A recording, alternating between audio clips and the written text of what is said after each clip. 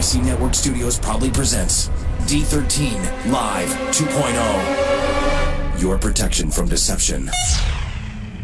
As the world grows darker, we must stand together and stand out in truth. The truth in Jesus Christ. Welcome to D13 Live 2.0.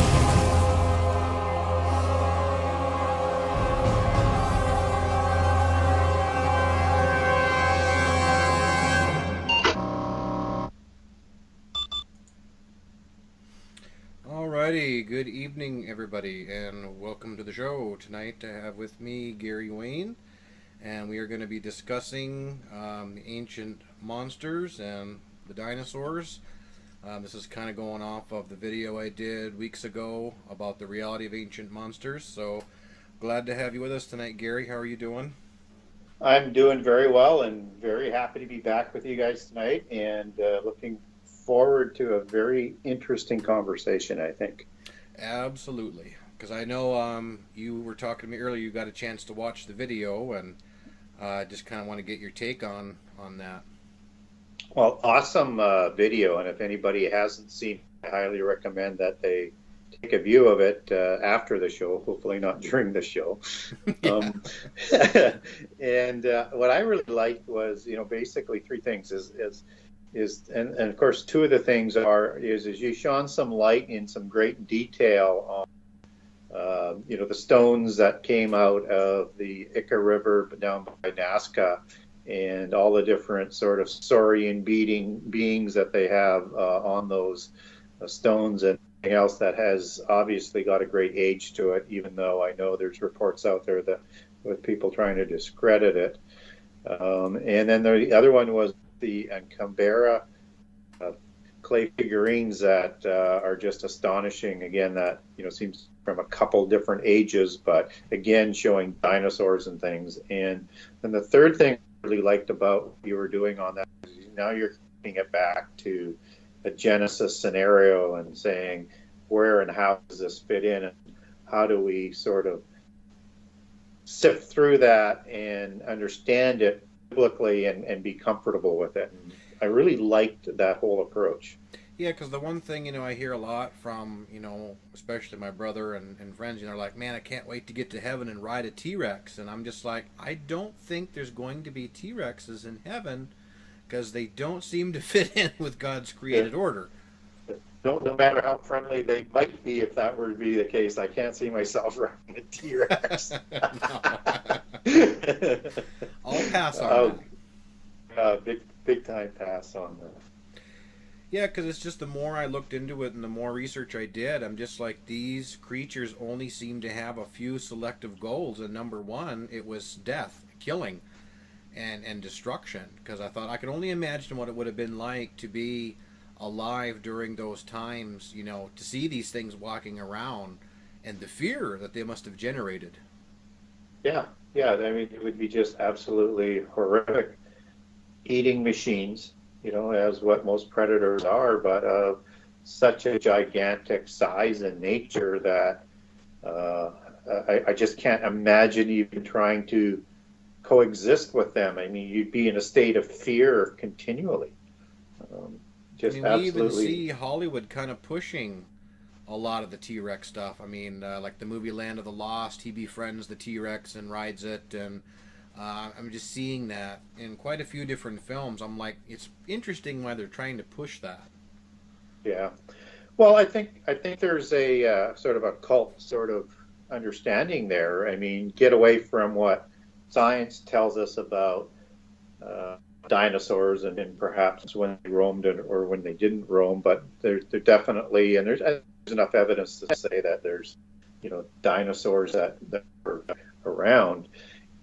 But aside from that, and you get into what they actually believe, we're talking about an age overseen by fallen angels that I think were a seraphim type angel, a reptilian type angel, or a serpent type angel. And some of these gods are just shown as just total reptilian figures, but you actually get some bigger descriptions of these seraphim angels, like feathered serpent of South America and Central America, like Quetzalcoatl and Voltan, some of those other gods, essentially all the same god or type of god. And I look at a seraphim angel with a serpent face or a saurian face, and with feathers that make the wings as they are in the physical world.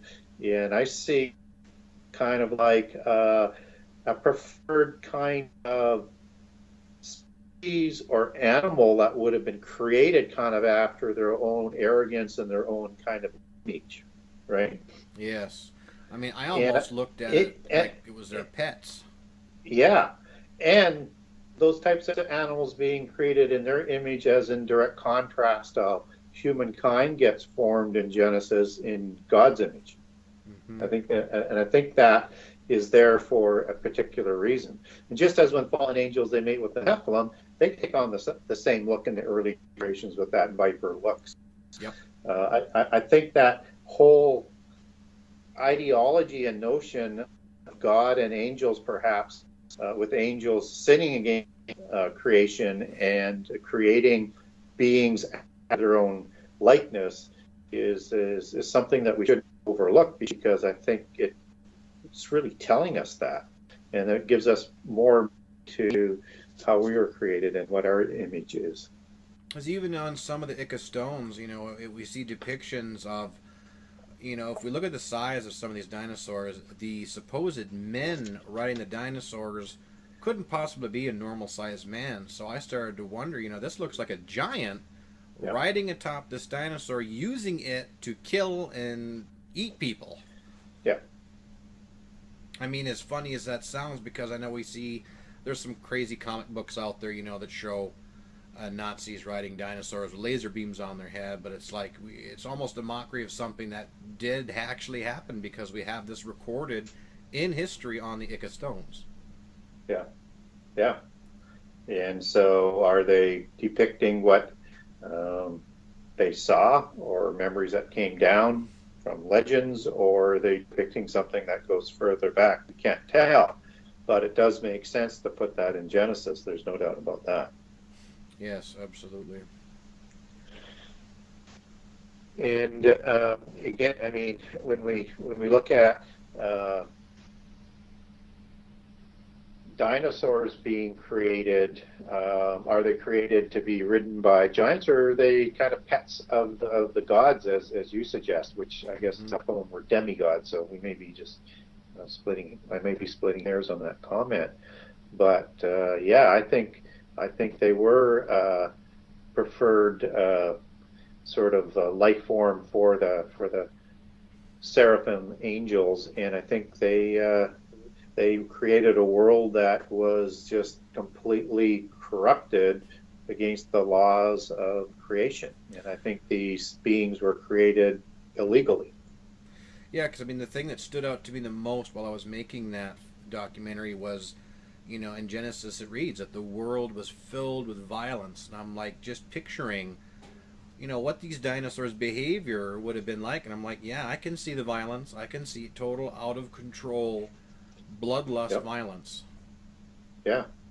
And beyond violence as well. I mean, that's part of the violence. But, when I look at Genesis 6:11 or 6:12, where it talks about how corrupt the earth was, and the whole everything on the earth was corrupt and filled with violence, so there's a direct connection there. And corrupted goes back to Hebrew, to shakath, and it has an interesting meaning that sort of, I think, brings out the understanding, I think, better than corruption does. And so what it translates out of Hebrew is literally ruined and cast off and perverted, and I think, and spoiled. And I really think when we understand what the fallen angels were doing in the antediluvian epoch, they were perverting the whole world. They were not just corrupting it, they were corrupting it and spoiling it. Yes. Right? I mean, to the point where, I think God looks down and he says, the whole world is corrupt, and because of that, it's violent, and there's nothing I can do but to start all over, because it's completely spoiled and ruined. Mm-hmm. Like here we have a great question from Marble Water in the chat. It says, were all of the angels a corrupted pre-flood seraphim or a mixture of different types of angels? Well, I would say that there's a mix of angels. I would say the seraphim are sort of the ruling class, or the highest order. And in Isaiah 6, we understand them as being around the throne of God and having 6 wings. So they're right up there with cherubim. And Satan seems to be both seraphim because he's a dragon and a serpent, and also called a cherub if we apply Ezekiel to Satan. So this is a very, very high order, but I don't think it's all of the angels. And the reason why I say that is if we go to Revelation, we understand that there was 100 million angels that were created, or at least that we're told about. Mm-hmm. And then later on in Revelations, we're told that there's a war in heaven, and a third of them are sent down to the earth. And so I kind of understand that whole idea that there's like 33 million angels, and not all of them are probably going to be seraphim, because there's going to be several different orders and classes of angels. The Bible is clear on that. There's thrones, dominions, princes, powers. There's a whole bunch of different kinds. Yeah. And so what we don't know is how many are in each sort of designation or role, but they all had and were created for specific purposes. But a third of them did rebel, and I think so. We have to say that there was more than just the Watcher order of seraphim and other seraphim angels. Because I don't know what you did in your research. I still have yet to read your book, but to my knowledge, the main protagonists in Genesis 6, the 200. I believe those ones were chained and bound in darkness, and they are still chained and bound in darkness. Yeah, the impassioned ones, absolutely. Anybody who violated the laws of creation, I think it's quite clear that they were bound in chains and put in the abyss, and will be, let loose in the end time again. But that would then suggest that ones that weren't impassioned or didn't violate laws of creation are still free and able to deceive humans until through to the end time. Yeah, because we already see this technology emerging now. This is just what they've been showing us. Who knows what they're doing in secret. We got the pig-human hybrid that was successfully raised. We have the CRISPR technology that keeps advancing more and more. We now have the first human being that's been created with 2 fathers and 1 mother. We're seeing this progression of this Nephilim type technology coming to fruition now. Yeah, absolutely. And the question gets to be, for me, is only 2 things. One is how were the dinosaurs created, and were they created similar to how some of the beings of mythology were created? And secondly, do we see that sort of consequence again somehow as we go into the end time, as the impassioned or the most corrupt angels are released from the abyss? And do they start to duplicate this in ways that we can't even really imagine unless we imagine what prehistory looks like? So yeah, that's why I really wanted to emphasize the point in my video that, when Jesus said the end times will be a time unlike any other time in history, that tells me that this is going to be worse than what was going on in the days of Noah, but those days will be cut short. So we got some rough waters ahead of us. Yes, it should escalate at an ever-increasing pace as technology and the end time comes closer. So I think things will move very, very quickly when this starts to come about. And I think our technology is just catching up now to being able to add on to those violations of creation in ways that were only written about or imagined about in science fiction, or perhaps from a cult where the science fiction comes from, perhaps literally from history that they've been writing about, right? Because it seems to parallel pretty exactly. So almost like they're reading from a script that already happened. Yeah, exactly. So Yeah, because we know, if you look at the timetable, several thousand years this was going on in the days of Noah, and just compared to now, though, just to look at the progression we've had here in the last 100 years. I mean, Yeah. we're talking thousands of years they had back then, Yeah. so it's easy to see how the world could easily have become completely corrupt in the flesh, and this violence. I mean, all these mythological creatures that we read about, people assume that they're just fantasy, they're just made up, but they had to originate from something. Yeah.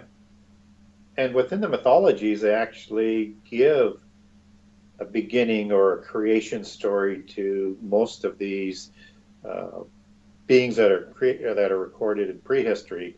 Having said that, I'm not convinced we get dinosaurs being recorded in prehistory legends and mythologies that I could really put my hands on. But we do get some really bizarre looking beings that we can attribute, at least according to their belief system, out of the religion and mythology it comes out of, as to where they came from. So again, interesting parallel. I think the dinosaur story is very much related to those fantastic beings in mythology. Just not quite sure they're exactly the same story. I think it's more parallel. Mm-hmm. And seemingly the Nephilim would be closer to the creation, I think, just thinking out loud and walking through this, to the creation of some of these beings, whether or not it was, Pegasus or a satyr or a cyclops or a centaur or a chimera or, the gnomes and the little people or the mermaids, and on and on and on and on. They seem to be taken back to a copulation between the gods, right? Yeah, because that almost goes with the theory I have of, if you take one species and you successfully are able to blend it with another, and then that species or that entity goes out and has intercourse with another species or entity, now if that genetic barrier is broken, it just starts to cause this pollution. Yeah. And again, going with that, even though I have not run across written accounts, going with the figurines and the stones that you're talking about in the video, you actually depict some scenes where there is a sexual act Yes. going on between a being and some sort of animal. And then if we project that, if you can create through an average human of 5 to 6 feet tall, to a giant that is at least recorded in the Bible, we could probably look at 15 feet tall, but they could have been bigger, 20 to 40 feet, and we don't know what an L is in Enoch. We don't know whether that one's accurate or not. We don't know how big that sort of DNA insertion into humankind actually made the first generation of Nephilim, but they certainly made them giants. Yes. So then if you put that into some sort of animal, you can imagine a dinosaur of great size being created. Yes. Yeah, because even some of the other mythological creatures we look at are, horrendously giant in size and very fearsome, very bloodthirsty, and there's always usually some occultic stuff that goes around it, or magical stuff. Yeah. So it's really quite interesting that that's a possibility, or they were using the technology, which is, again, as we approach the end time and we look at where our technology is, what that means is we caught up to the days of Noah. Our technology at that time is greater than what we have right now, and our technology is developing at such a rapid pace. I think we're doubling our knowledge every 1 to 2 years now. I know it was 5 years and then 3 years, and I'm not sure quite how fast, but our technology and knowledge is going to do things in the next 5 to 10 years that we can't imagine, because it's just going to be so rapid, I think. So that means that if the antediluvian technology and sciences were that advanced, they could have done easily DNA manipulation to create some of these original beings, and then maybe populated, or both, or one of each. It's hard to know. But I think DNA manipulation is what we're trying to do today, is got to play a role in what happened in prehistory as well, I guess I'm trying to say. Yeah, I agree with that 100%. Because I mean, we already kind of see the progression, as I stated in the video I did. You know, we see the I don't even know what it's called, the gender bending weird stuff that's going on. You know, that we need to accept these people. That, you know, it's all okay to be whatever you want. A man and a woman can be, flip their sexes upside down, whatever. And it's like, I see that as a progression towards the future exception into society of a hybrid entity, a hybrid person. Yeah. And we see more and more sort of visualizations of the sort of feminized goat god, right? Yeah. And I wonder whether or not that has a relationship there, where there was that going on. I mean, is you know, homosexuality? Just kind of wonder about that, because you know, these goat gods, which are again feminized in some of the depictions, whether you Pan or Azazel or Baphomet, several other names that they'll have. I mean, these are seemingly a specific order of God in not only the mythological world, but in the Bible.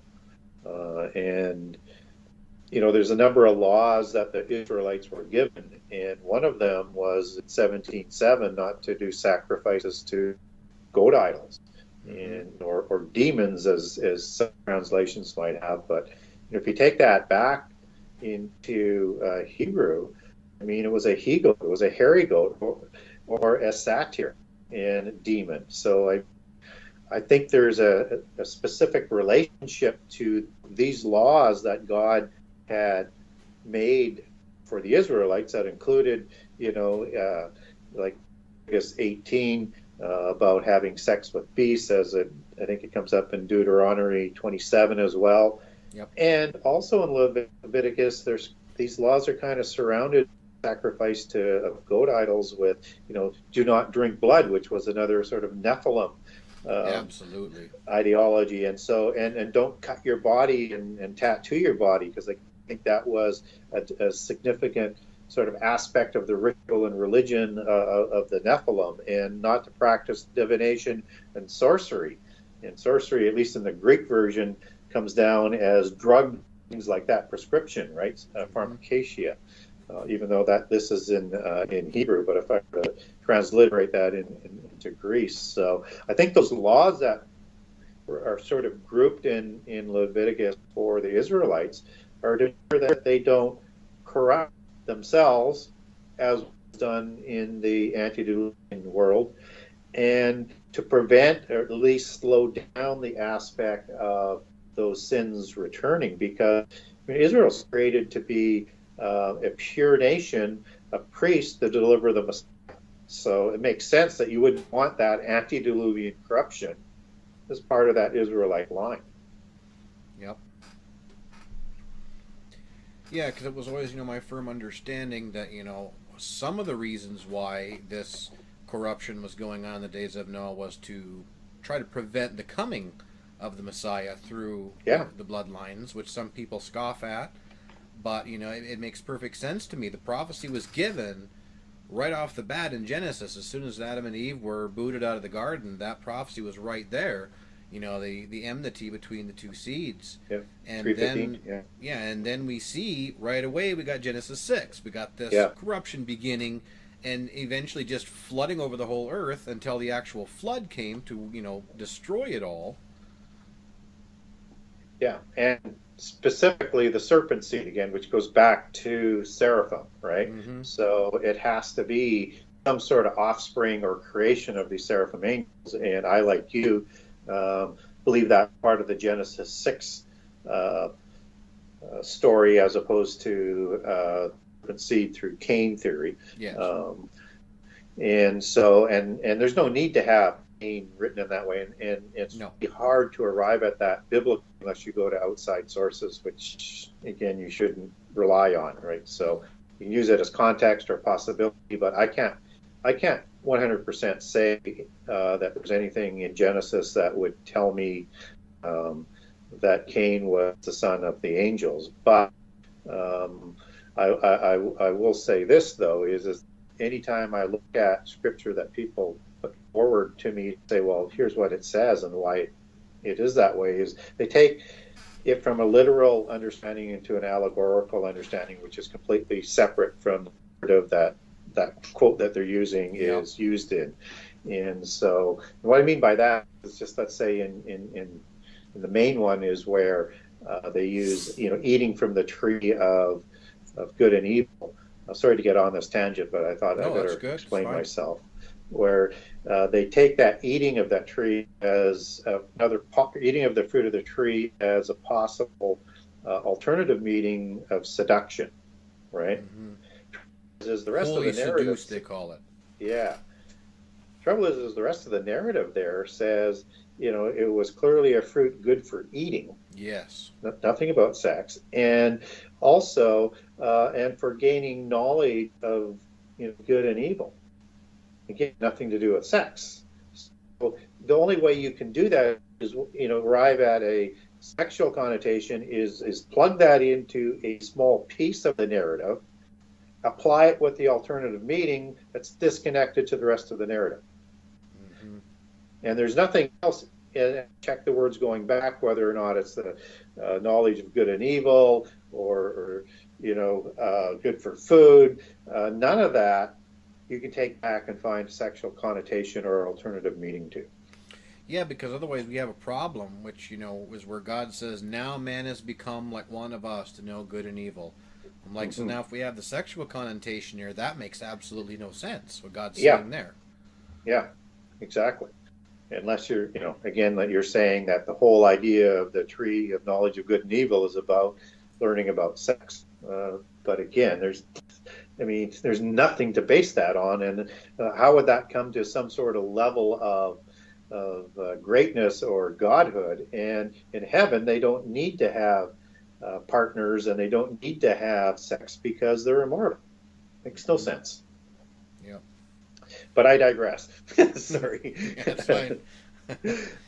So I think that whole ideology of that serpent ideology comes down through Genesis 6, and the laws that get coming out of for Israel in the post-Diluvian epoch are designed to protect and keep the purity of the Israelite stock for the Messiah, which was trying to be subjugated humans or corrupted or destroyed from the face of the earth, so that we can't be raised above humans in the future world. So that's always going on here and continues right through to the end time. So again, if you have that understanding, then all of this is going to be part of the end time again.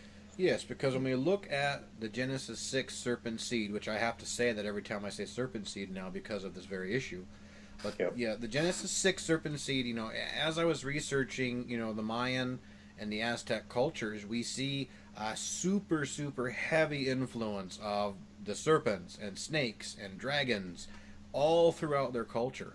Yeah. Every culture. Yes. Around the world. India, same thing.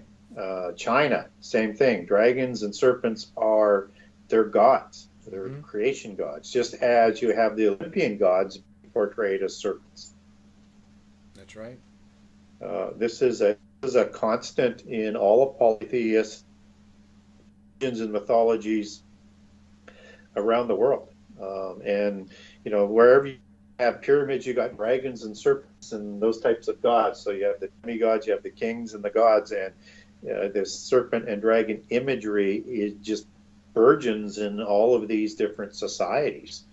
And unless you have an understanding of who the seraphim is, what they look like, there's a disconnect there, right? Mm-hmm. But when you understand that, Isaiah 6 talks about these seraphim angels, and if you go back to understanding what they want to look like, other than Revelation 12 with Satan, where he's called a serpent snake, you go back to Numbers 21, and this is the story about the venomous snakes in the desert.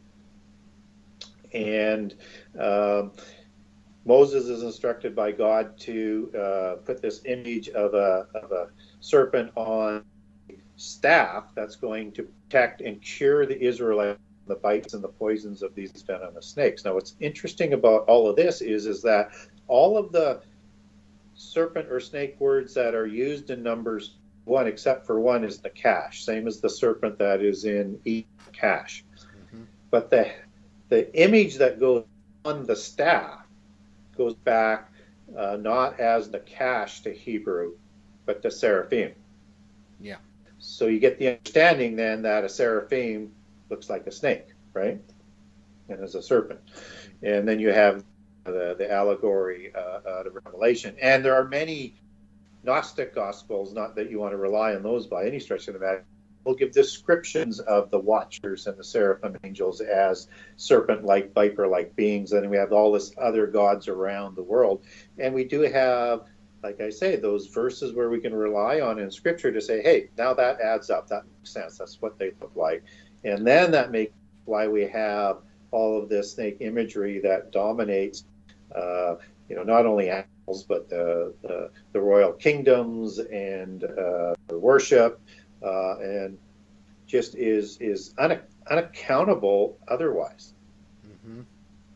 Yeah, because I had to do some deep digging, on Google Images and various other websites trying to find some of the Egyptian depictions. I found many of these outright creepy depictions of these serpents with an erect phallus, like they were standing before a throne, like they were offering something. And I'm like, you don't see this on Discovery Channel. No. And they don't like to show the if I can remember how to pronounce Ogdode gods on the reliefs and inscriptions. I've put out a few posts on them over the last year or so. These were definitely serpent gods. Oh yes. There's no doubt about it. And then you have that serpent connection with Enki in Sumeria. That's right. He was known as the serpent god, and Enki stands for earth, which is Ki, and En as his Lord. This is the serpent god that's Lord of the earth. And he's the rival to Enlil, as they like to discuss him in Sumerian mythology, which they say is the god of the Bible. But that's typical occult sort of dualism, where they degrade God in a manner to lower him to the same power of Satan, so that they can sell their dualistic good versus evil religion, that they actually have a chance to win. Yes, because another thing too that I've always been fascinated in researching, is the Anunnaki, because we see them talked about so heavily, especially on the Ancient Aliens show. They're always talking about Anunnaki this, Anunnaki that, trying to basically pin them as, they're the real creators, they're the ones that put us here, they're the ones that bred mankind to be a workforce.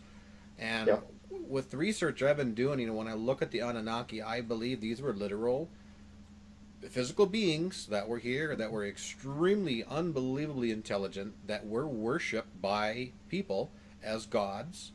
And it was just, it's just stunning to think that, these were worshipped deities that were destroyed.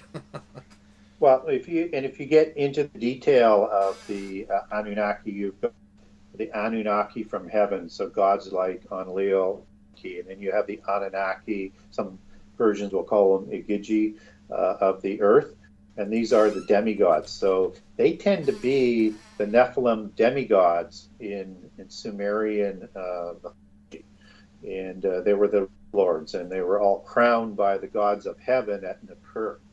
So this is, again, just another Nephilim story that's told from a Sumerian polytheist perspective, just as Titans are the same type of being as Nephilim told from the Greek religion and mythology. And what's interesting, I was just going to say, just what's interesting concerning Enki, to kind of connect this a little bit more, he is depicted as a horned serpent in his glyph.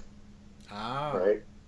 And he was also, the god of wisdom in Sumerian. So again, bringing knowledge, forbidden knowledge to humankind and helping civilize them. Lisa in the chat has a question for you. She wants to know if you know who Joseph Campbell was. She said he did a lot of research into mystical heroism from other cultures.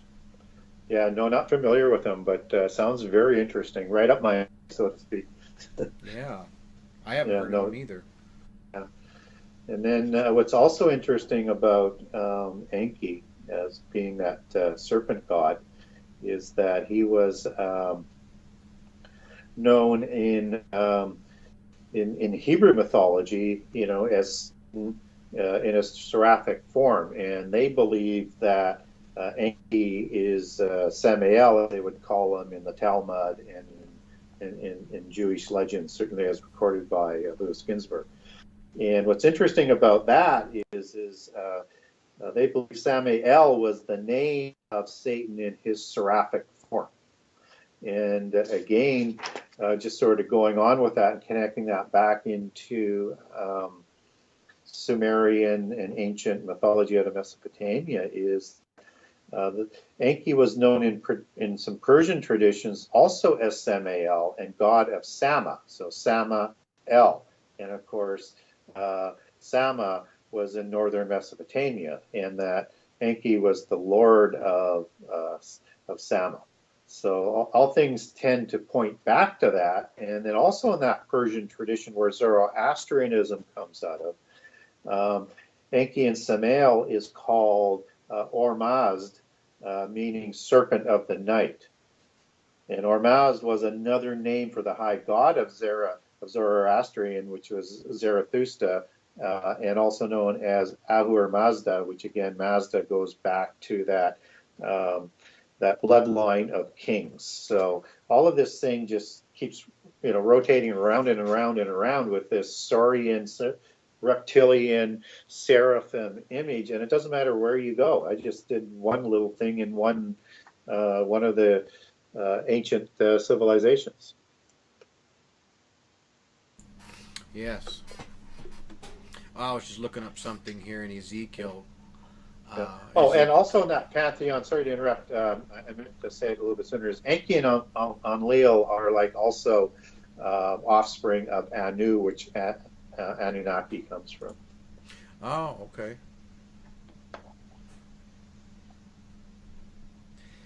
So again, that's how you can make these other gods. Anu is like the parent god, right?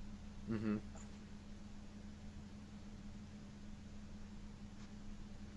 You might also know that as the life force of the universe. What were you going to say about Ezekiel? Oh, I was just looking up something quick in Ezekiel. There's always the one verse that popped out to me was Ezekiel 28:16. This is God speaking about Lucifer here, or Satan. He says, "By the multitude of thy merchandise, they have filled the midst of thee with violence, and thou hast sinned.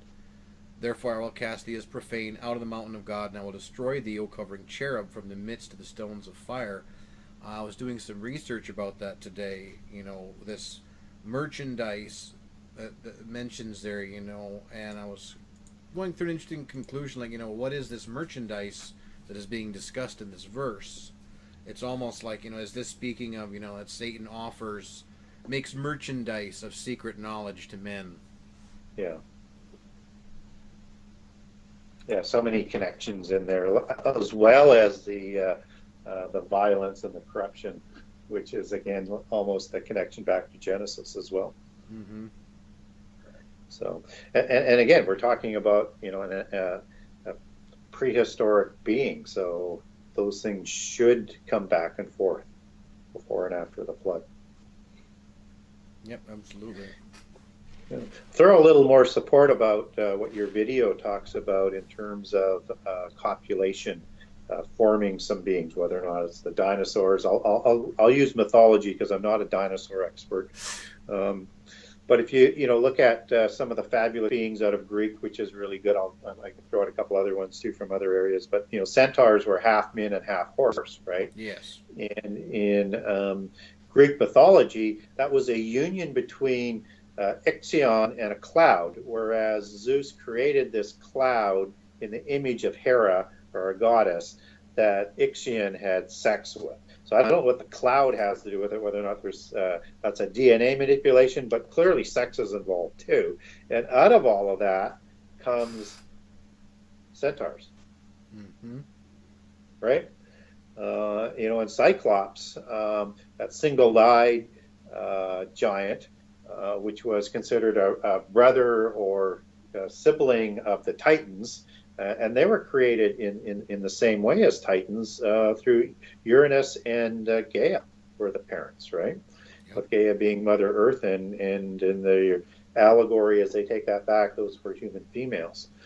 And you have also Gaia and Uranus producing these 100-handed ones. I'm going to try and get this out. Hecatocherys, something to that effect. I struggle with some of these ancient names. Yeah. And you also have a Pegasus, that's a winged horse. Yeah. Or winged stallion. That's a pretty famous one. The horse of the horse god of Poseidon, and that was created, which is really bizarre. And there's 2 or 3 different versions, but there's some similarities. You have like a mingling of Medusa's blood. Of course, Medusa is that god or being that has serpents for hair, right? And if you look upon her, you turn to stone, right? That I think was Perseus was out to kill. And also, this blood somehow is helped by Poseidon to create the Pegasus. And what a lot of people seem to think on that is there's another side story that is being referred to with that suggests that Kronos had rebelled, and he cut off the testicles of Uranus and threw them into the ocean, which somehow with the blood or with Medusa, or the blood of Medusa, Poseidon mixed and helped to create the Pegasus. So it has a really bizarre creation story. That is strange. Yeah. And then you have the little people that are created, right? And in Greek mythology, you have the Nereids that are the daughter of Nereus, a male god, and a female named Doris. And a Doris is an aunt to Atlas. So again, Atlas is one of the Titans and the offspring of Poseidon and climbing, right? And out of these Nereids, Pericles will call some of these little people gnomes. And that comes out of nomi, meaning earth dwellers or earth elementals. Because I know that's very heavy in my culture. Even my grandmother and my great-grandma, they always talked about little people. They said that they were thieves and they would steal stuff out of your house. But they spoke of it just like, hey, it's a real thing. They didn't speak of it as if it was a joke. Yeah. Well, and again, little people are in basically all cultures, whether or not it's a Native American, or it's in European, or it's in Southeast Asia. There's always 3 different classifications of them, and gnome is one of those classifications. They're the ugly ones, just like the goblins come out of there and several other ones. There's many different varieties under each subgroup, and you have the mischievous ones like the leprechauns, and you have also the good-looking ones called the little people. Good-looking ones like as in Tinkerbell, right? Mm-hmm. And what's interesting again, though, as we dig deeper into this gnome or little people classification and creation of Nereus and Doris, is it's connected to mermaids, right? And so the mermaids are the offspring of, in the Roman mythology, which is essentially the same as Greek mythology of Phorcys, and that's the Greek Nereus, right? And so, of course, mermaids, and of course there were mermen as well, they're also the offspring of Nereus and Doris, right? And so, and Nereids in Greek mythology are small ones. So you have different classifications even within these Nereids that are coming out of this god and seemingly human female. And what's interesting about that is that mermaids are also called sirens or sirens, S-I-R-E-N-S. And they are very interesting because, again, this part's not, well, none of this is biblical, but moving to Enoch 19, the first book of Enoch, it says in there that the females that copulated to create the Nephilim, all of those women, they died, right? But because they created a crime against creation, these became the sirens to lead men to worship demons as gods. And as we talked about later, goat gods, right? As in Pan. And of course, Peter Pan is significantly related to fairies and little people, right? All of this just keeps going around and around and around. Yes, it does. A little bit off topic, but not really.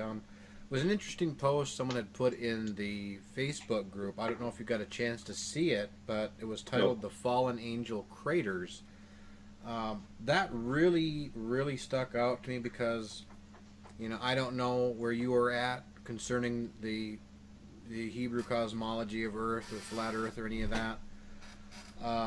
But when I look at a lot of these craters that we see around the Earth, you know, they're whatever hit the Earth had to come straight down, because we don't see any sideways skid marks or things like that. And I've always wondered, because most scientists date these ancient craters, you know, around the age of dinosaurs or whatever, and I've always been curious as to know what your take is on a lot of these enormous craters that we see around the world. Yeah, I haven't really spent any time about the craters. I'm not. I'm not really ready to comment on that at all. Haven't studied, and so you're right. It makes you wonder if something's going to hit, why doesn't it skid? Why does it just go down? Right?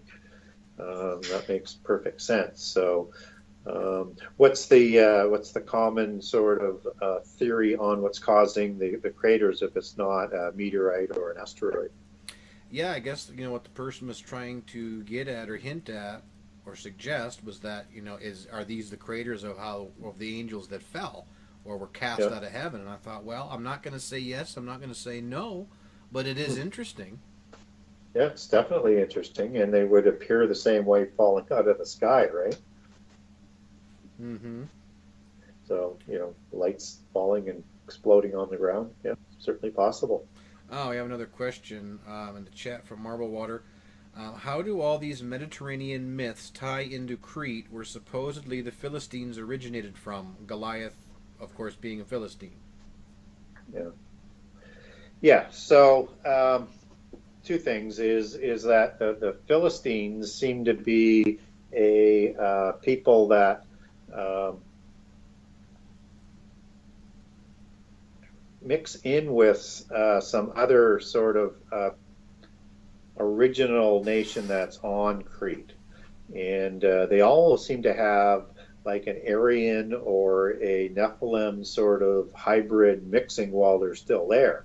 And then when they move over to the land of the Covenant in around 14 to 1500 BC, just before the Israelites arrive, this is the most powerful people of that time, and they come over with weapons of iron, and they control the iron technology and industry, and that's how they're able to destroy the Hittites and how they were able to back off the Egyptian Empire and to seize the land and move in with the Abim, which is another race of giants, which makes some sense if they have some sort of connection back to another branch of giant.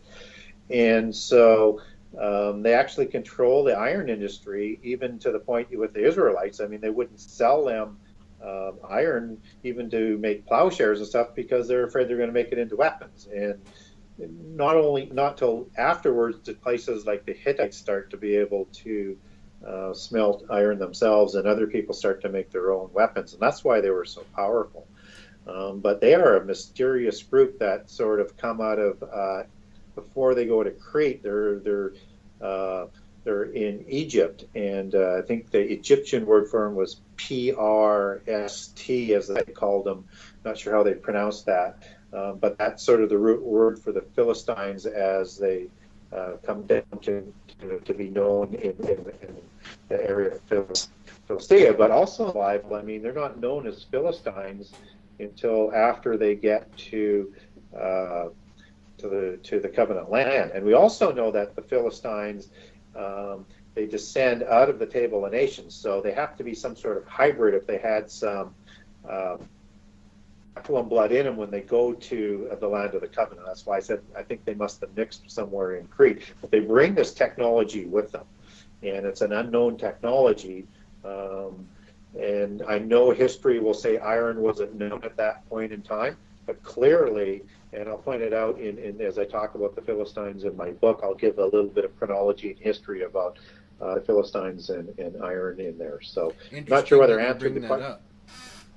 About the iron in that, because I was just doing a lot of research here last week. I watched a couple different videos about Tubal-Cain and the mention in the scripture of him being a metal worker, and why the Freemasons are absolutely obsessed with Tubal-Cain.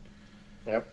And what was interesting was one of the parts on there, it showed the, I think they called it the million-year-old bell or whatever it was. There was a bell, a brass bell, that was found in a coal deposit hundreds of feet under the ground, that supposedly was taken from a layer of coal that is supposed to be like 300 million years old or something absolutely ridiculous.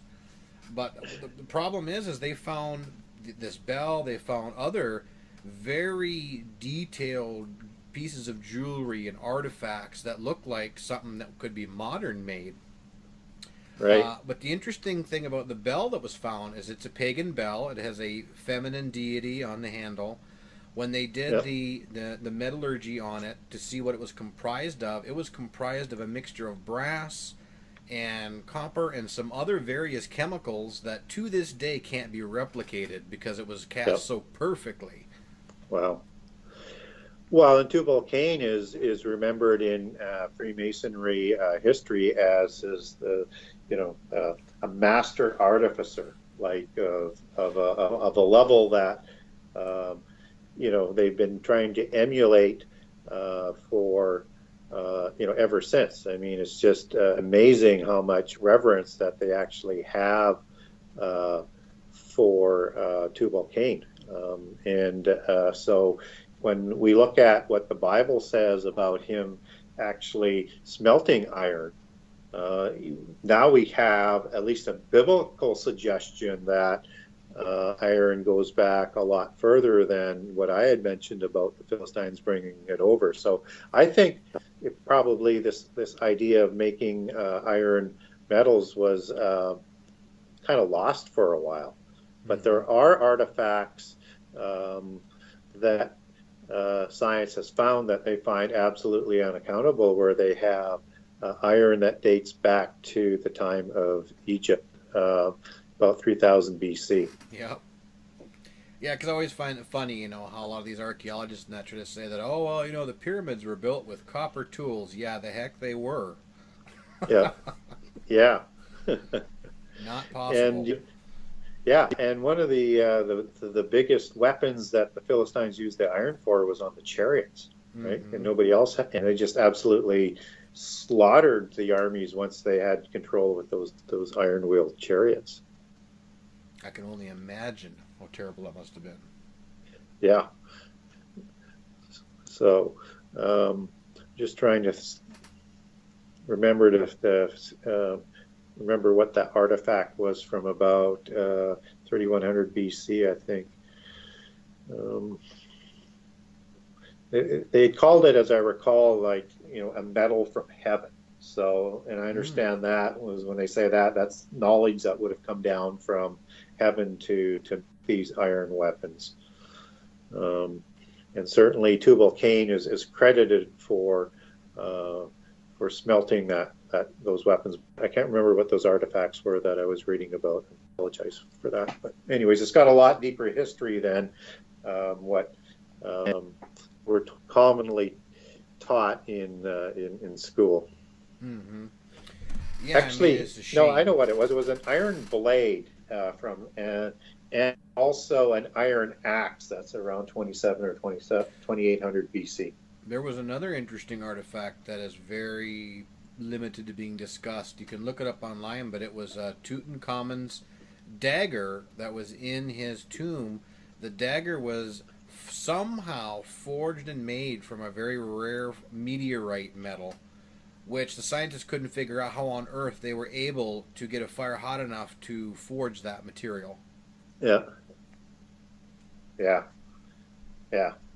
Again, we're led to believe that they didn't have this knowledge or technology. And again, as I mentioned earlier, I firmly believe that the technology that they had, and especially as they approached the time of the flood, was a technology that was just mind-bogglingly high. Mm-hmm. And so I get it in before I forget about it. When we look at all of this corruption and copulation of creating beings like Nephilim or these other fantastic beings, or possibly even to create dinosaurs, and we understand that not only was there a rebellion of the fallen angels, but there's seemingly they've done something that isn't going to be forgiven. There's not going to be grace provided for them. Yeah, they're done, pretty much set in stone, judgment done for them. Yeah, and typically, if you accept Jesus and God through faith, I mean that every sin is forgiven, right? Yep. So I think this has a tie-in then to what Matthew was talking about, was sins against the Holy Spirit, that those sins are forgiven. Everything else is forgiven except if you sin against the Holy Spirit. Mm-hmm. And I wonder whether or not that violation against creation, because the Holy Spirit is essentially life, right? Life Yep. of the Spirit. And that's Matthew 12:32 is what I'm referring to. I wonder whether or not that's the crime, by violating the laws of creation in such abominable ways, that why they're not going to be forgiven. I'm certainly not going to hang my hat on that as doctrine, but it's just kind of crosses my mind is if they did turn from their ways, why wouldn't they be forgiven? Mm-hmm. Just a thought. I'm not sure what you think about that. Yeah, I find it interesting, and it kind of does make some sense. Have you ever seen the movie called Splice? No, I haven't. That's a very interesting movie. If you should watch it if you get a chance. But basically, that's what happens in that movie. These two scientists, they decide that they're going to prove that they can mix a human with animal genetics to see what if they can create this super being, and they end up succeeding. But they have to keep their experiment secret from the corporation they're working from, so they end up kind of doing their own logging and everything. And this creature is birthed in an artificial womb. They raise it. It goes from this really ugly, gross-looking serpentine type thing into a very beautiful, feminine-looking creature. But what's creepy in the movie is how this creature's violent behavior just gets more and more apparent. I mean, it has no cares for human beings or animals. All it wants to do is kill.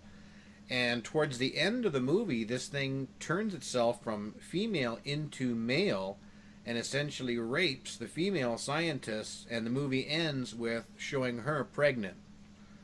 And I was just, literally my jaw was on the desk the first time I saw this movie, because I'm just like, wow, what are they showing here? Yeah. They call that splice. That was, I guess, through DNA manipulation. Yep.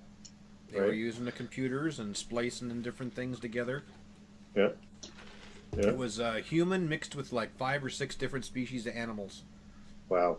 Again, when we have that law in Leviticus 19 not to mate different kinds of animals, right? Mm-hmm. And I would take that then to mix DNA, right? Because it's still, a violation against creation, whether or not it's copulation or through DNA manipulation. And, and that's such a strong law in Leviticus 19, because not only are you not to mate different kinds of animals, but you're not even permitted to plant 2 types of seeds in a field, mm-hmm. right? Yeah. You're not even permitted to weave 2 different kinds of material together for clothing. Mm-hmm. So it's almost like we see that example everywhere. Don't do that.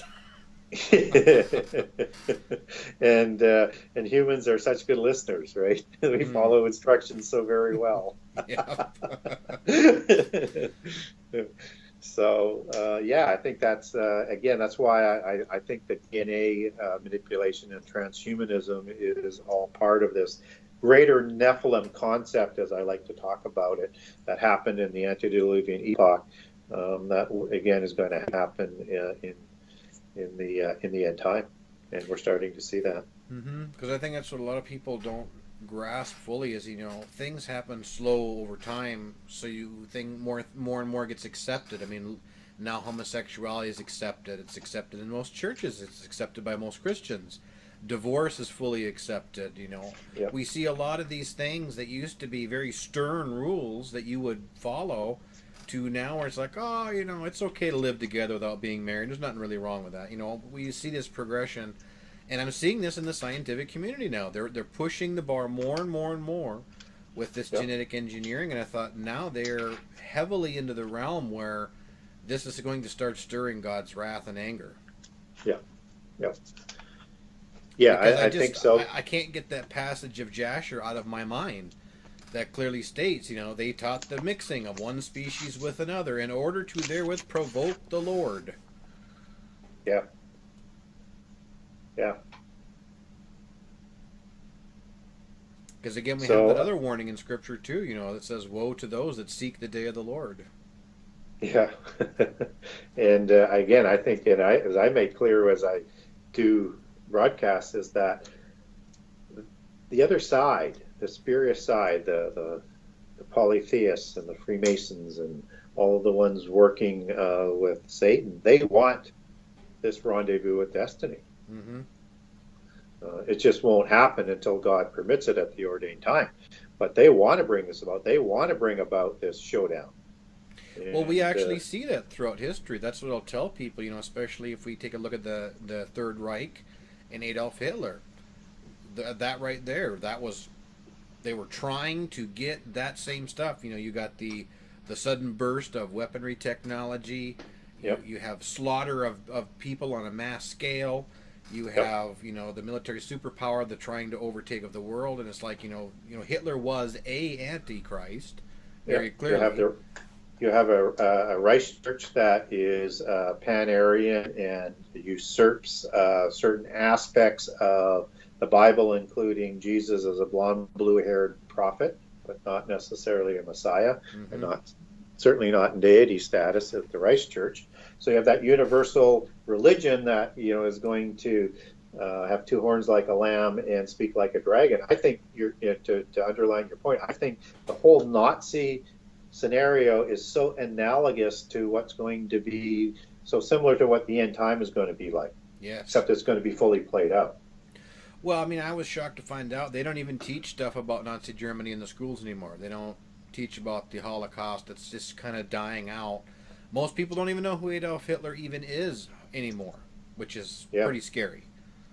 Yeah, and the Nazis were brought to power through a mixture of the secret societies, that came like a Germanenorden and the Thule Society, and a mixture of Theosophy, which is polytheism and an extension of Gnosticism, although they converted it to be Ariosophy, putting the Aryan sort of flavor on there. That Thule was either Atlantis or a sister civilization of Atlantis, and that the Aryans were the giants that ruled at that point in time, and that they are their descendants. So if you want to, like I say, every aspect that you look at with Nazi Germany is an analogy for what people ought to be looking at for what the end time is going to look like, but just advanced in technology and playing out to its full length. Yep. Where I think there's two actual genocides in the last 7 years, one in the first 3.5 and then one in the second 3.5. Yep. Yeah, because a lot of people don't realize the heavy occult things that went on behind a lot of the mass cremations. The SS were taking massive urns. We're talking 100-pound urns of ashes, going out into the woods and performing occultic rituals with these ashes. And that's something in history that's not taught, that's not really known mainstream, but the SS was very heavily involved in the occult. Yeah, absolutely they were. The whole regime, I mean, it was a religious theocracy that was ruling, a socialist religious theocracy. And that's what we're going to have in the end time. Yes. And they were seeking occultic ruins and artifacts and secrets all around the world.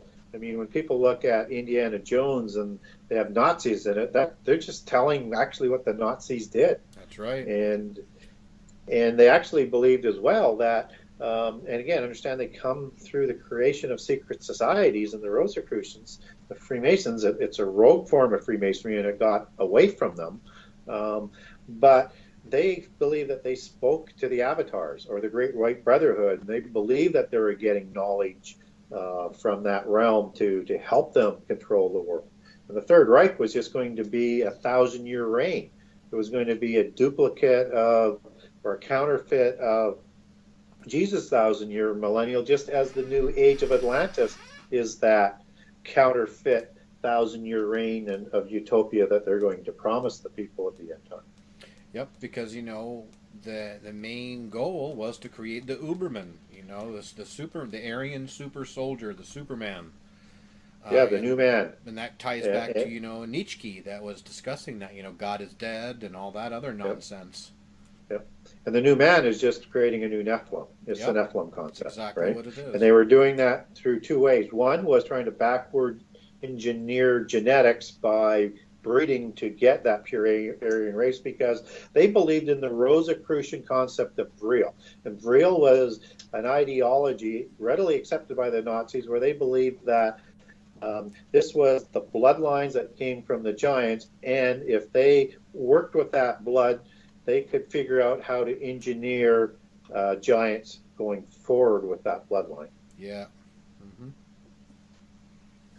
And so, bloodlines and blood purity was a constitutional part of Nazism. That's why you had to prove that you were of the superior race if you're going to be allowed to live.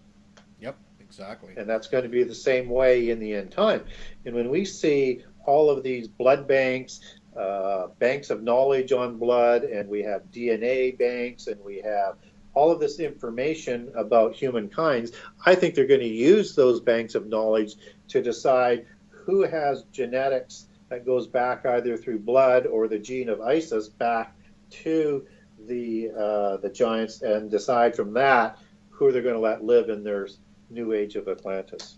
Yeah, I wouldn't doubt that one bit. I mean, we see this trend going with transhumanism, and these transhumanists, even openly say, don't you dare get in the way of me becoming a god. I believe there was a scientist, that's what he actually said. Absolutely. That they're trying to create immortality, right? Mm-hmm. And what they're actually doing is they're creating, there might be a couple different classes, but let's say we stick with the biological one, and you can actually clone a human sort of form, and you can transfer your conscious into those clone forms through perpetuity. That's kind of what they're going to promise to humans to rebel is that we'll give you godhood or immortality in this physical world, but I think they're trying to create these vessels for the demons. That's exactly what my theory was, because I always said if you take genetics of a human and genetics of a dog and genetics of a horse and you mix them together, well, it's not a human, it's not a dog, it's not a horse, so what other spirit could inhabit that vessel? Yeah. And we know demons possess humans, right? Yes. And wouldn't they love one that they could control fully, more easily ongoing, right? Just jump into it. Have an oikotarian of the physical world, a dwelling place for the spirit, which is the same word that habitation derives of in Jude 1:6. Mm-hmm. Yeah, I just watched a creepy movie here the other night called The Discovery. It was a movie that was made by Netflix. Very bizarre. But I right away picked up what the underlying tone in it is. What happens is this doctor has discovered proof of life after death by basically wiring his brain up to this weird supercomputer, which was interesting because the wires come out through this Oculus into his head, which, I'm sure you're familiar with the Oculus. Yeah. And he is able to video record the afterlife via this computer, showing that we have a secondary life after this life. And what happens in the movie is after this discovery is made, millions of people start committing suicide to move on to the next level. Oh, And great. yeah, the point that they arrived at in the movie was this other neurologist comes in and they start putting these dead bodies in the machine, and they're able to start recording these dead bodies' brain activity of their spiritual activity, showing that they get a second chance in this other life to correct the mistakes they made in the first. I'm like, oh boy. Isn't that a handy little lie? Yeah, isn't it? Isn't it? Mm-hmm. And yeah, I get a kick out of this whole idea of reincarnation and going back and trying to sort of evolve through the spirit world through time to become a god. That's, to me, is just a ridiculous idea that goes back to the Nephilim and the demon spirits, that they didn't reincarnate. Their bodies just didn't, their spirits didn't go to sleep, and they weren't permitted to go to sleep, and they weren't permitted to go to heaven, right? And so this whole idea that people see ghosts, or that there's this reincarnation, and they always take reincarnation back to the gods, which were the demigods, which were Nephilim, and that their spirits, and actually used to worship these spirits after they died, because they were so upset about not having a body. It's called the hero worshiping that comes out of Greece and Taoism and out of Egypt. That this was not reincarnation. This was punishment. This was these beings who no longer have a body, and their spirits roam, right? Yep. This has got nothing to do with evolving into gods. No, they actually, the Bible says they roam in dry places, seeking rest, and findeth none. Yeah. Yeah. So that tells me it's pretty miserable. It's pretty miserable. And and they only have time to fill and to try and hurt humankind as much as they can until they meet their judgment. Yep. Yeah, that is actually the basis of the movie that we're going to be creating this summer. Oh, wow. Yeah, we're going to be outlining exactly how these spirits operate and function, because I believe it's just really important, because Hollywood's busy cranking out their garbage, but they're not going to show you the reality of it. Yeah. Yeah, I agree with that. But we're going to actually be filming on a location directly by Nephilim Mounds over in Montana. By what? By Nephilim mounds? Yes. Yeah. Tell me a little bit more about that.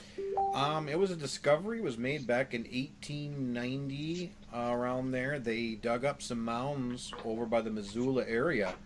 And inside this mound, they found several 9-foot skeletons buried with very small female skeletons.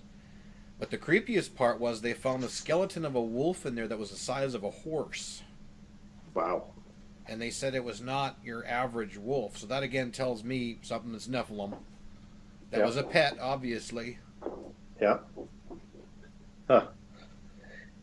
Yeah, it's amazing how many of these discoveries, they never go reported in mainstream media or into schools. They're just filed away and ignored because they don't fit the set narrative that they want to brainwash people with. Yep, exactly.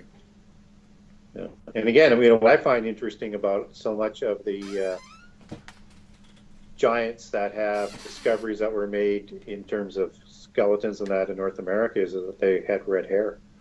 Yeah, I mean, of course, you can't see this, Gary, but in my hands here, this is the skull of an average wolf.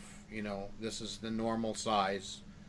And the one that was found in Montana was 10 times this size. So about the size of my entire body was the size of this hybrid wolf skull. So I can only imagine, how extremely spooky that would be to see a wolf, the size of a horse.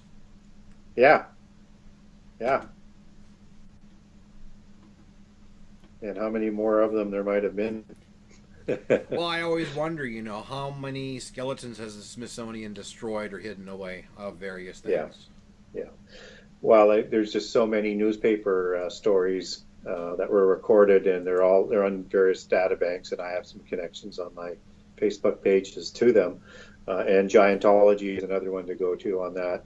And another fellow, Chad Riley, has a whole bunch that he posts and has information on just an incredible amount of newspaper writings that have stories, they have diagrams. Some of the later ones even have some pictures about all of these giants that are discovered all across North America. And they inevitably get sent back to the Smithsonian, and then they're never heard of again. Yep, they just disappear, they vanish. Yep, yep.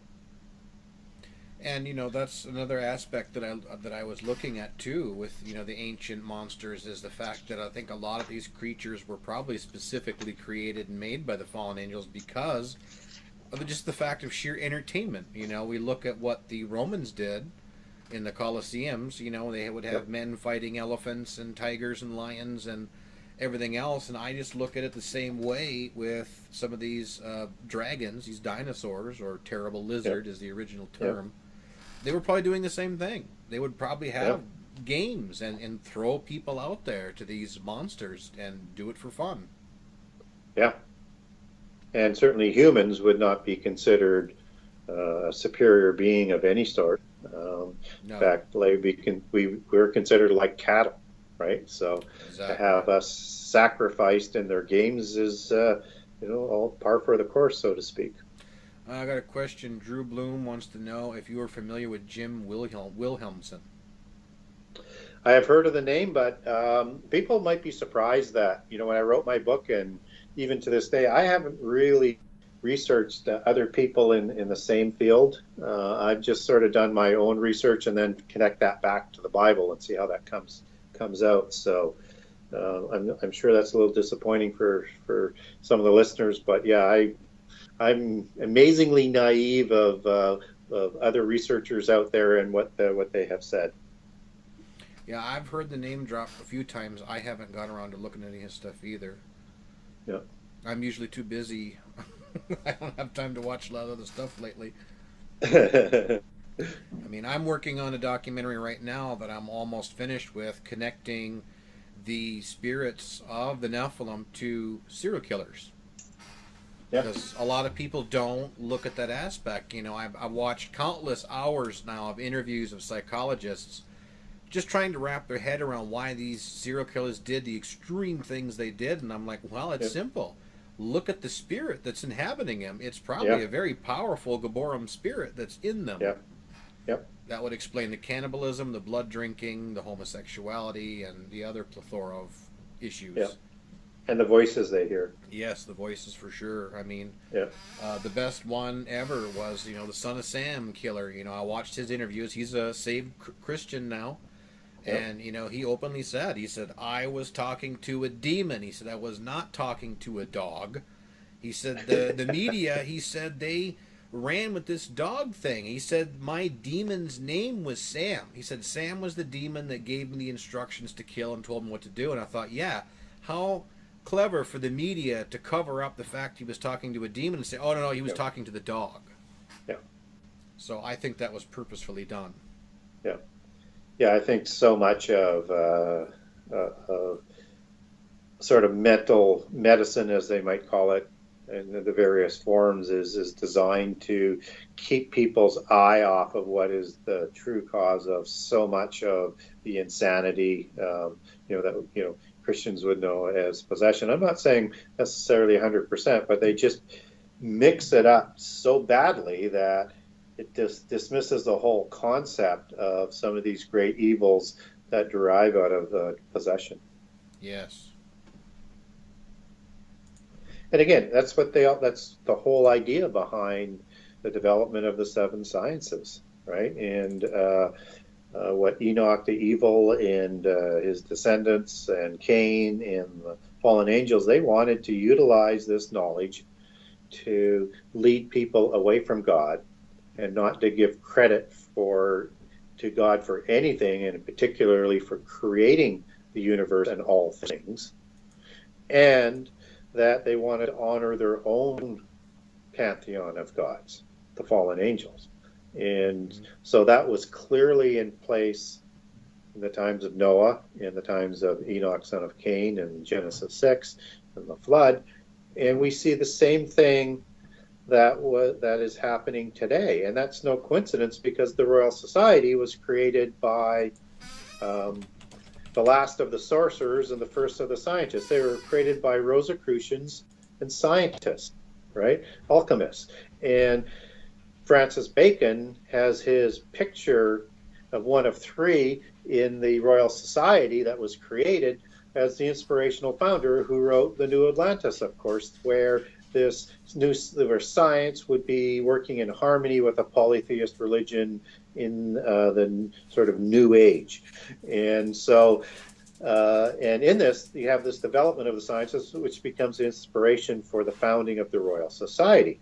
And what's important about that is what their goal was simply this, was to lead people away from God, to not give God credit for everything, and to build things and do things to honor the great architect of the universe, which is the god of the Freemasons, also known as Lucifer, and how I would say is Hell-El, coming out of Isaiah as opposed to Lucifer. And that all science and education still pays homage to the Royal Society today. Mm-hmm. So all of this is designed to, linking this back to demon possession and to the sciences and medicine, everything is designed to lead you away from God. Yeah, exactly. Not to reveal God. We see more and more and more of this as time goes on with this occult is becoming so much more it's intriguing people, you know. Like, I know when the movie Ouija came out, Ouija board sales went up, you know, like 80% or something ridiculous like that. And I just see this infatuation with the occult and the New Age, you know, that like the warning signs are going way down. People are like, oh, you know, it's not that bad, it's not that dangerous, when in fact it really is. It's extremely dangerous to start messing around with those things. Yeah, when people are hooked into these cults and these religions, are actually brainwashed. And there's a Facebook friend of mine, Barbara Biggs, who came out of the New Age religion and got herself deprogrammed. And the things that she says, and if you ever want to get somebody on to talk explicitly about what they teach in New Age and how it relates to exactly what we're talking about, and to the end time and to the polytheist gods and everything that's going on, get Barbara on, because she has inside information and is just a wealth of knowledge on it. Excellent.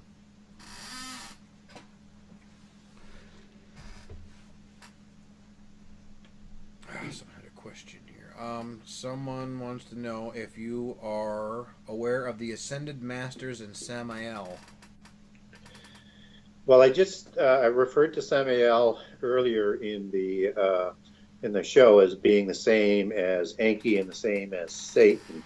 Now, the Ascended Masters, obviously that has a relationship, but when we're talking about Samael, that is out of the Jewish tradition, and out of Sama, out of Mesopotamia, and Enki out of the Sumerian tradition. So generally the Ascended Masters, as most people understand it, comes down through Eastern mysticism and Buddhism. But you would also understand that in the West, coming out of the Illuminati, because they take part of the same name, as the Great White Brotherhood, or the Celestial Masters. And these are the people that the adepts of polytheism and the adepts of secret societies like Freemason, Rosicrucians are communicating with. So these are demons. They also call them avatars, which would be demons, or angels possessing human beings. So they're talking to angels and they're talking to demons, and in some aspects are even called aliens, that they're getting all of this information from. But they are in direct communication. So that's how the Ascended Masters sort of connects in, and I threw that other part in about Samael because the question included Samael. Okay, excellent. Yeah, I love how the names keep changing as we progress forward. You know, Ascended Masters and aliens and avatars. Yeah. It's all make it sound a little bit more innocent. Yeah, well, and But they call... I'm not talking to demons. I'm talking yeah. to an ascended master. Yes. I would call them the celestial mafia, but that's just my terminology. That's a good term. So, and they've been around forever. And again, they're leading people astray. They can take on any form. They act as, angels of light, just as their leader Satan does. And they're there to deceive people. And the best way to do that is seem like you are a good spirit. But they're seducing you away, and over time, they'll brainwash you. Mm-hmm. Yeah, absolutely. I mean, we see a lot of that going on. I know Drew Bloom and I deal with that a lot. A lot of people say, they've seen Jesus, they've spoken to an angel, and that Jesus comes down and talks to them mano a mano, and it's like they're not discerning, they're not testing the spirits. Nope. That Jesus does not come down here and physically talk to us. They're most likely dealing with a fallen angel or a demonic entity. Yep, and we're clearly told to test the spirits. Yes. Right? So, and you have to do that. But I'm sure it's spectacular, and I'm sure you get filled with fear and with fuzzy wuzziness, and you just want to believe, right? Yeah, But exactly. you have to test the spirits because they're there to deceive us. Well, it's funny too because most people right away when you say the word demon, the first thing that comes to mind is probably something that's red colored with horns coming out of its head and sharp teeth, and that's not necessarily what they have to look like. No, definitely not. Because I know, most of the, I do a lot of different research with, photography, and that's some of the older photos where some entities have clearly been captured, and most of them just look like shadows. Yeah. And again, it goes back to, angels, unless they've lost their ability to take a form, the fallen ones in the physical world, I mean, they can take any form that they want, right? Mm-hmm. Seemingly any form that they choose. But the demons, to take a form other than a ghostly sort of figure, they need a body. Yep. So the demons aren't going to have the same sort of form as what the fallen angels are going to have that aren't in the abyss. Because, I don't know if you've ever seen, some of the videos that are out there that you can clearly see the eyes of these people changing into serpentine-like eyes. Yes. I've looked into a lot of that. I do believe there's something to it, and I do believe that what we're seeing is a possession. Because we do know the eyes are the windows to the soul. So I don't see any reason why that can be sloughed off as, it can't be real. No, you are seeing that person is clearly possessed. Yes. And they seem to be people who hold power. Right? Absolutely, exactly. Which, again, they're not going to, unless they are desperate for a body, I mean, they're going to take a hold of someone who can actually, live a good life and have power and can have influence. So it just makes sense because that's where they came from. Because the most convincing one that I ever saw was a magician that was doing levitation, and you could watch his eyes during his levitation act of them flipping back and forth between his normal pupils and these serpentine slits. And I'm just like, you could watch it going through his eyes, and he kept like making his eyes real big and then small, real big, like it was pulsing, and that would make his levitation go up and down. So you could see that demon was working through him, giving him that power to do that. And I've done a lot of research on the old magicians, and it's very clear all their posters showed devils and demons in it because that's where they were getting their talent from.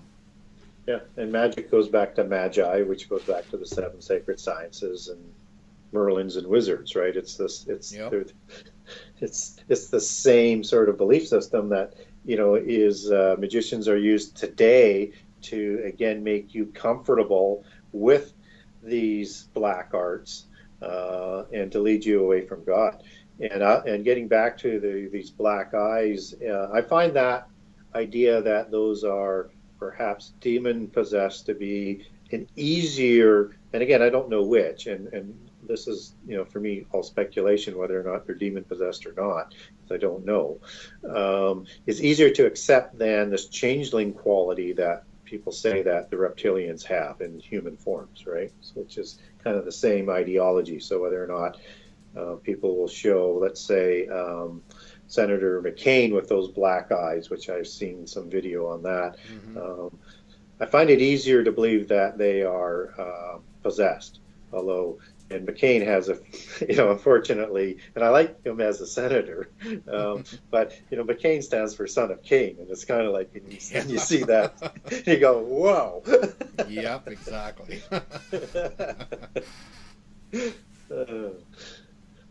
But I find that a much more plausible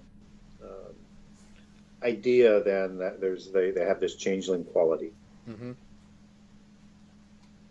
Yep, absolutely. Because I even saw a really creepy video of a young gal on a subway, and one minute she's sitting there digging through her purse just fine, and the next minute it literally looks like something just took over her body, and before you know it, she's just randomly attacking this dude next to her, punching him, trying to bite him and stuff, and he's like holding her down.